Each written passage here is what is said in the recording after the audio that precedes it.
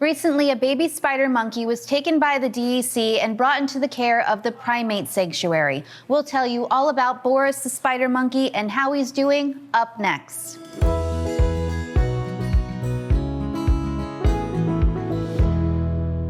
I'm here today with Carmen Presti of the Primate Sanctuary and Boris the spider monkey. Thank you both so much for joining me on the Sweet Buffalo Show today. Thank you for having us. Appreciate it. Of course. So Boris just recently came into your life. Tell me his story. So about 4 months ago, I got a phone call from a state agency about a baby spider monkey that needed help. And they asked me if I was able to take one in. And I told them, yeah, I do have other spider monkeys, so it's not a different species for me. And that's where they felt very comfortable in giving them to us. After he showed up, I didn't realize he was this young, because we got him, he was about a month old. And all the paperwork that they had for him was leading back to this little guy's mother, who they are a critically endangered species, black-handed spider monkey, was shot and killed in southern Mexico. And he was smuggled over the Texas border and then sold on the pet trade market. And he actually traveled in a backpack from point A all the way up to through 7 states, actually, before we ended up getting him. So it's not a good situation. They're a critically endangered species, and you know, for every one primate that makes it out alive, between 2 to 5 will die for that one. And the ones, and I know of about 50 of them that they caught coming across. How many actually made it across and they don't know about? You know, so it's not helping the species. I mean, let's think about that. He's a critically endangered species, and they're shooting the moms, selling online or on the pet trade market. You're not going to get any of that because he's eating the mic. Yeah. Oh, yeah. Boris. Yeah, that's one reason why they're not pets.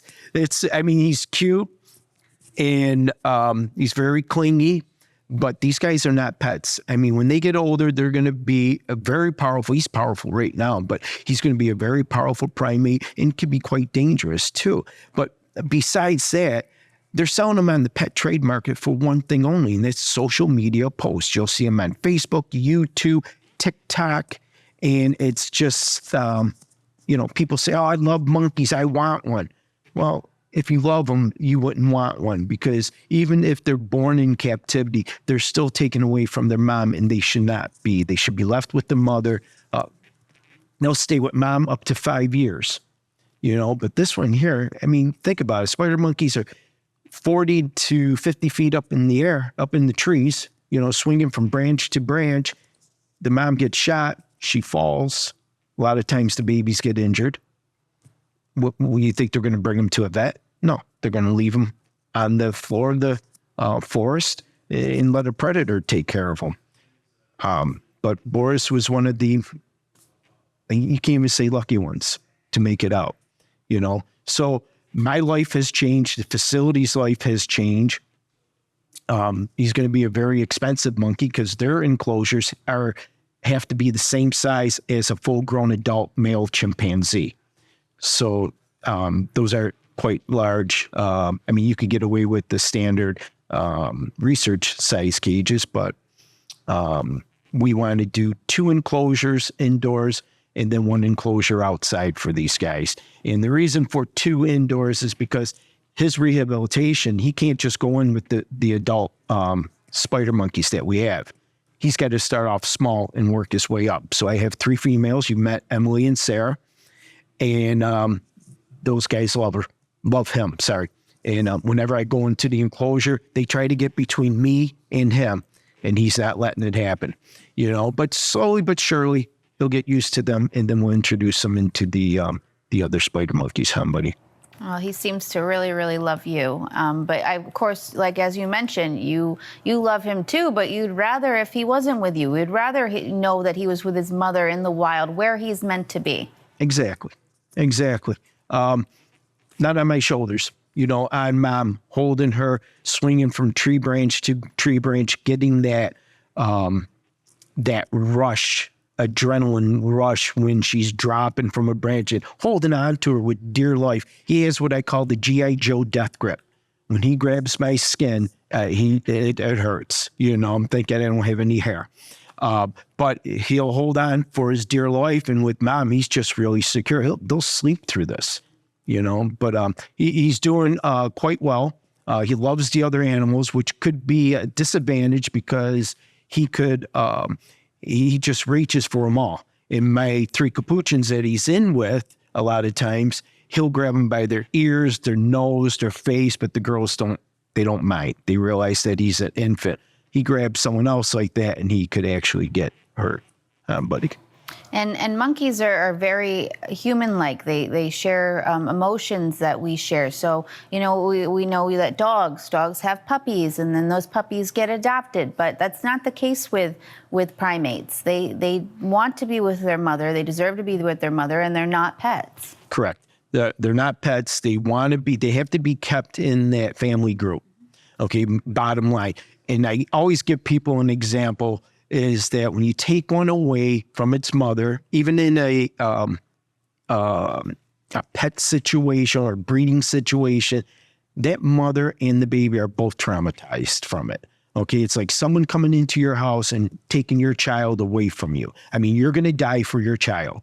This monkey doesn't have a choice. It's going to live, so it's got to live with this. And it happens every time they have a baby. And it's just not healthy. And then a lot of times some of the neurotic behaviors that you get with these guys, they'll sit there and they'll rock back and forth. They'll bite themselves, self-mutilation. They're not pets. That's the bottom line. You don't see that happening in the wild. You only see it happening in captivity. And you said, he's very calm and comforted with you right now. But when he first got to you, that wasn't the case. No, when he first got with me, he just clinged on very tightly. Every little noise, he would jump and just grab even harder. It was getting close to 4th of July, and he was still like he hears a firework. He would grab real tight. And I'm talking to where my skin was bleeding. I ended up wearing and it's not a scarf, it's a little neck thing. And he was able to hold on to that more and to save my neck. But I remember we had him around the 4th of July out, and I told my wife, I said, I'm going to go home. The fireworks are going to start. They already popped a couple of them. I go, he's getting scared because he's really gripping on to me. And she goes, let me just say goodbye to him. And she looked at him. She goes, you won't believe this. She goes, he's out cold.